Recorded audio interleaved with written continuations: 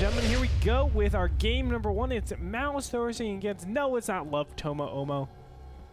It is our good old friend Uhen, who actually battled through the rounds of the semi-open, defeating players like IS Mentalist and Atero. Yeah, pretty impressive. I mean, he is one of those Chinese players on Team Tyloo.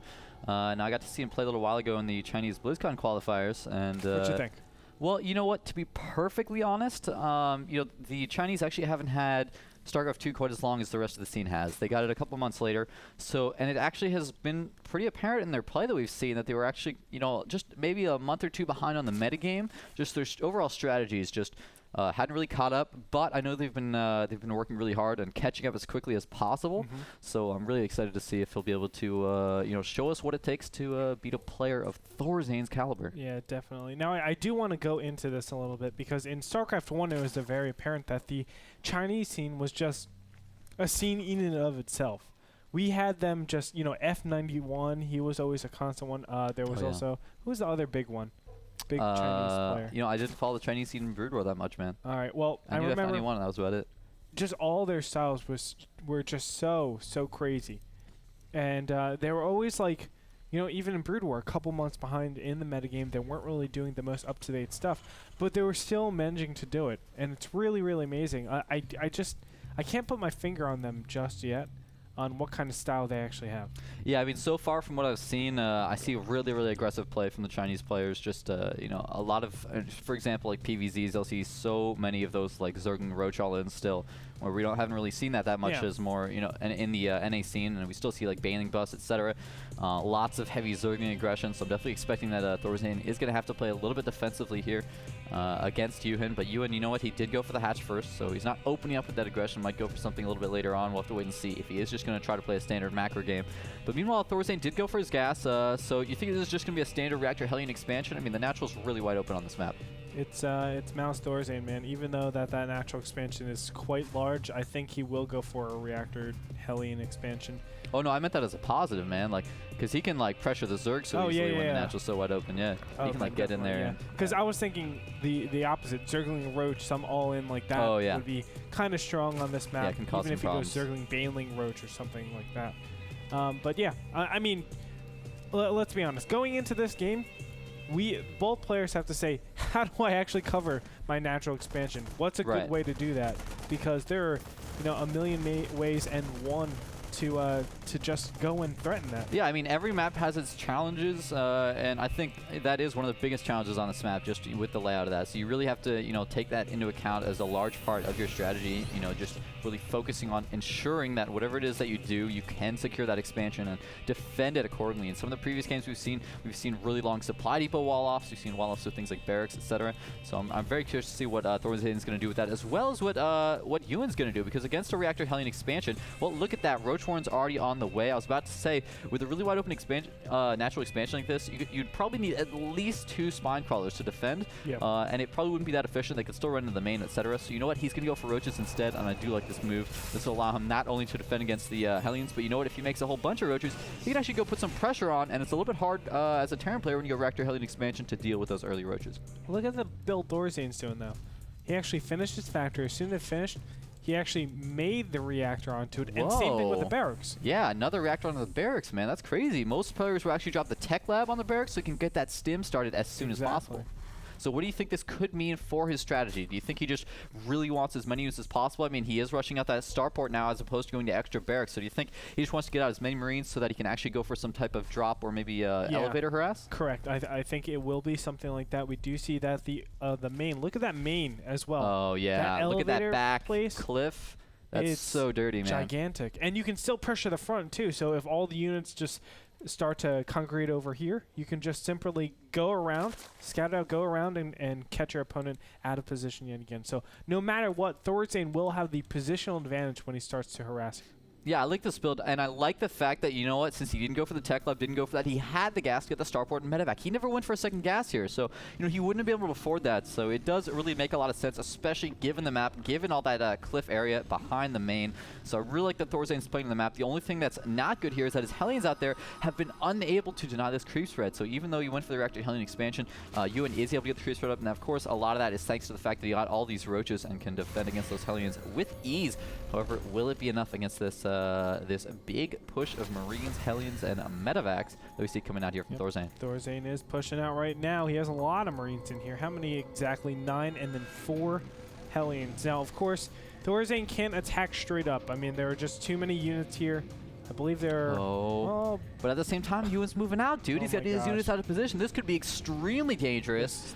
This would be great. Yeah, absolutely. It's going to be great timing for Thorzain. He's going to go and drop into the main. It's actually a macro hatch on the way up there as well. He's going to see that there are no units. Probably just going to go ahead and go back down, lift up all those Hellions and the rest of the Marines and bring those on the upper ground. There we go. He is going to do that. Start to put pressure up onto that hatchery. Now, if he gets into a position above that ramp in the main, it could be very, very difficult for Uhen to get his units back up there to defend against a choke point like that. But at the same time, he's going to go for a counterattack at the natural of Thorzain. Yeah, well, let's see how much damage this actually does. SCV's being pulled off the line. The Marines are just walking towards their deaths. In the meantime, those Hellions and Marines are just tearing apart the main. There's nothing there to defend. One Roach actually dies so fast. And look at all the drones going down. Oh, my goodness. Oh Uhen is just in a terrible position, loses every single drone in the main. And all he has are those 3 Roaches left inside of Thorzain's base, and I highly doubt they'll do any more damage. Yeah, he's pulling everything in the main, trying to kill this off, but he still doesn't have enough. These Roaches are going down. All of his drones have gone down. The Queens have gone down. It's at 21 workers killed, but actually to 18 right now, so he's doing quite a bit of damage still with the Roaches in the main to the SCVs of Thorzain, but I don't know if it'll be enough. Nice escape, pulls all those units away, and barely has this medevac still alive with 22 HP, thanks to the lack of any Queens still alive for Uhen, but right now it's 21 SCVs to 19 drones. And now, of course, Uhen does have 3 hatcheries, though, so he can replenish that pretty quickly. The critical problem here, though, is that he doesn't have a queen, so he's not going to be able to just larva inject and make like 20 drones at the same time. Exactly. And you know what? I've gone over this in the beta a lot of times. I always say, hey, if you have SCVs and drones, trade them as much as possible. It's a good trade for you because you have those mules, and the mules always, you know, at the lower economy levels, they are a much larger, like, relative income than if you're at higher SCV counts. So a great trade, in my opinion, for Thorzain. It looks like continual aggression is coming out, but there's a Banshee out, and the Roaches have no response to this. Yeah, this is a great play from Thorzain. He knows he just killed off all the Queens. So what anti-air does his opponent have? Well, none. Not only can he deal with those Roaches without having to worry at all, but of course he can, if he wants, move that Banshee over to his opponent's base, try to put on some aggression, perhaps kill off some of the drones, but there is already a Spore Crawler up at both bases. So Uhen very well prepared. Nice thinking ahead there. He's trying to replenish that worker count. So right now it is 38 drones to 30 SCVs. He's pulled ahead there. And you know what? I don't think Uhen's in that bad of a position. He is behind, I would say, a little bit, but critically, Thorzain, remember, he didn't get that early tech lab on his barracks, and he just switched off from that starport that had made the Banshee recently. So he's only got Stim halfway done with no other upgrades for those Marines. So that does put him just a little behind on the tech. Yeah, he's relying on just the sheer mass of Marines to get him anywhere. Of course, not always the worst thing. Mass Marines are pretty strong. We've seen those in our 2v2s. Or Indeed we have, man. They can be pretty good units, of course, really efficient in so many different situations. But it looks like Thorzain just wanted to pick off some of the creep tumors, force some units to be made, going for that shark mode type of style, prevent those drones from being made. But you know what? Uhen is so confident. 9 drones on the way right now that are about to pop out. So he is still getting further and further ahead on the economy front. It is 46 drones right now, 236. So he's in a pretty darn good position with Thorzain trying to get that tech up and running. He's trying to get that siege mode, of course. It's about to complete. And he's getting upgrades. +1 for those Marines, but remember that he still doesn't have combat shields even started yet. And he is just pumping off of 3 barracks, 2 with reactors. No 3rd base on the way just yet. So do you think Thorzain's just going to go for a really big 2-base attack and try to punish Uhen here? Or I would assume so. I think if it was something different, we would have seen a faster 4th gas, I should say. Right. So for now, he's just literally just massing the crap out of his stuff, getting all the necessary upgrades. And, you know, it might be one of those perfect timings that we always see Thorzain doing. of, you know, +1 weapons, attack, and combat shields finishing at the same time, and all of a sudden he goes out for a big push. Yeah, it does look like the timing is going to line up almost exactly, actually. So that's pretty darn awesome to see. Look at the bathing nest. Just now, about 3/4 of the way done for Uhen, but that should be in time, and he already has his lair complete. So he's got the Spire on the way. That could be really, really risky in this situation. He could rush up to the Spire on 2 base and try to go for those 2 base Muta. Simply because he knows his opponent, Thorzain, has been masking up lots and lots of Marines. And, you know, of course, Mutas, I mean, they're great for harass, and they're great against things like tanks that you can catch off guard, but Marines are very, very efficient versus them. So perhaps if you just use that lair to maybe get the roach speed, get the bathing speed as well. Well, he is getting bathing speed, but, you know, get quite a few banelings. He might be in a better position to defend against any type of 2-base push from Thorzain. But you know what? Actually, I'm looking at Uhen's army. It's actually pretty respectable, so he's not in that bad of a position right now.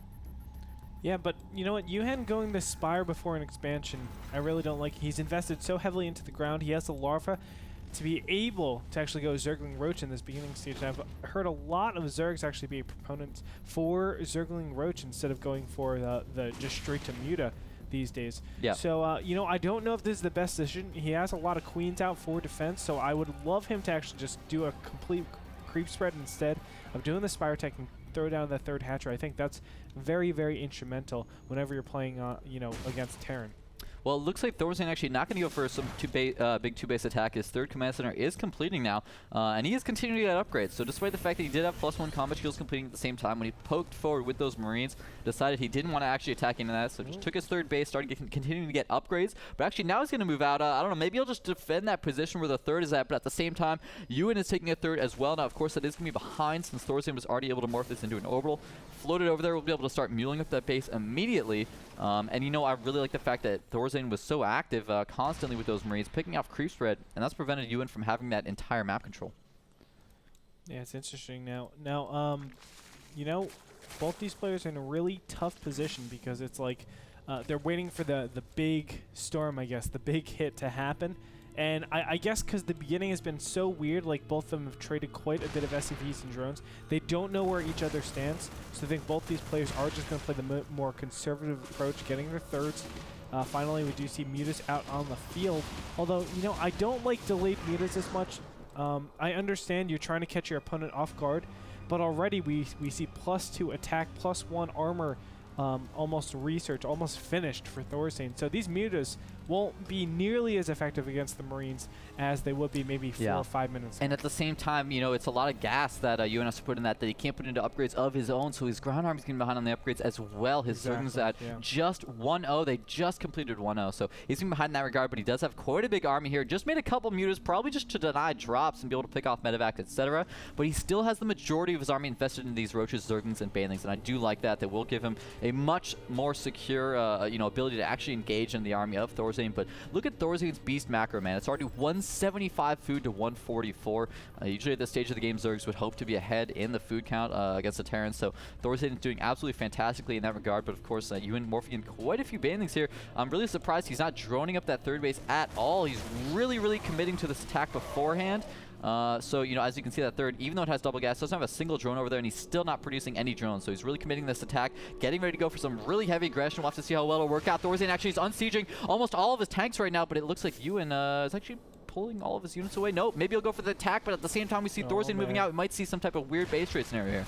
Yes, we might. Actually, Thorzain still has a lot of units back here. Stim goes down, and the Banelings are going off creep. Are they able to connect on any units? I highly doubt it. There are so many siege tanks around here. The Marines pull back, and the Banelings just splatter upon mech units. It's not what you want to happen. Not at all. And when the storm clears, there is nothing left for the Zerg. It looks like Thorzain was able to retain a lot. 142 supply to 93. Oh my gosh, he went for that engagement, and remember that he sent his entire army, the entire Zerg army there, all up 1 ramp. So he had really committed to that attack.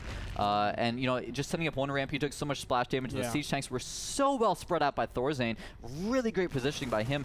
But, you know, if Uhen had actually gone for the flank, set half his army down around that bottom area, the other side around at the top, might have had a better engagement there. But as it was just really, really not efficient. Now, he is picking off a drop at the bottom left. But right now, it's 150 food to 100. So, I mean, Uhen's trying to rebuild, but he doesn't have that economy to fall back on since he still has not drawn up that third base. Yeah. He's still making more and more units. He's making a couple drones, but not enough, whereas Thorzain has his third base pretty much optimally saturated right here. So it's actually 67 SCVs to 54 drones. Yet again, a situation no Zerg ever wants to be in. So here's going to come the push from Thorzain, and I'm really scared for you, and I don't know how he's going to defend against Look this. at the patience of Thorzain. Now taking the gold expansion in the middle right-hand position. He's just going to clamp that down. I don't know if he's just making that for the first time. No, he's actually lifting a command center all the way from the main over into there. So he's just taking that expansion, slowly crawling his way, and taking more and more of an advantage in this Such game. smart play, man. And look at this. He's also walling off the other entrance into his natural. Thorzain is playing so smart for the map. He's really just adapting to it. And I really love this type of push. Instead of being greedy and just trying to go for some big attack on creep, he's instead just going to slowly move his tanks forward, make a really big long siege line like we see in Brood War, take this base really close to his opponent so he can slow push in. It's going to make it really difficult for Uhen to either be aggressive onto his expansion or defend, because he's just got so little of an amount of space to actually deal with his army. That's exactly right. And you can see that the creep just slowly recedes because Thorzain constantly just sends small pockets of units to go clear out every single creep tumor. So that's the most important thing. You don't want to give power to those banelings, because banelings are the ones that actually probably profit off of that the most. Muta's coming from the right-hand side. There is a Thor over there, so Uhen has to be very careful. But look at those supplies, or it's not just the supply, man. It's the upgrades. We have 3-2 about to complete here for Thorzain and 2-0 for his tanks. Look at Uhen, man. 2-0 has just started. He's still on 1-0. I mean, just how far ahead Thorzain is in upgrades is just absolutely ridiculous. And when you combine that with his economy advantage and his food advantage, a nice job actually. These moves picking off quite a few SCVs from Thorzain, but still, he's still ahead in the economy. He's still ahead in the food. Oh my God, he's engaging in what? Look at how are you serious? Those Marines are. GG. What? Yeah. He really just suicided all his mutas and Marines? All right. Was there a... I do believe I might have... He must have engaged with his army at the same time, too, because I'm looking around. I do not see that. I don't see the banelings either. I'm going to go ahead and go back real quick. Just want to see. He probably just suicided them into the main army there. Yeah. Let's go ahead and watch that. Oh, boy. That's not good. Oh, man. That is an act of desperation.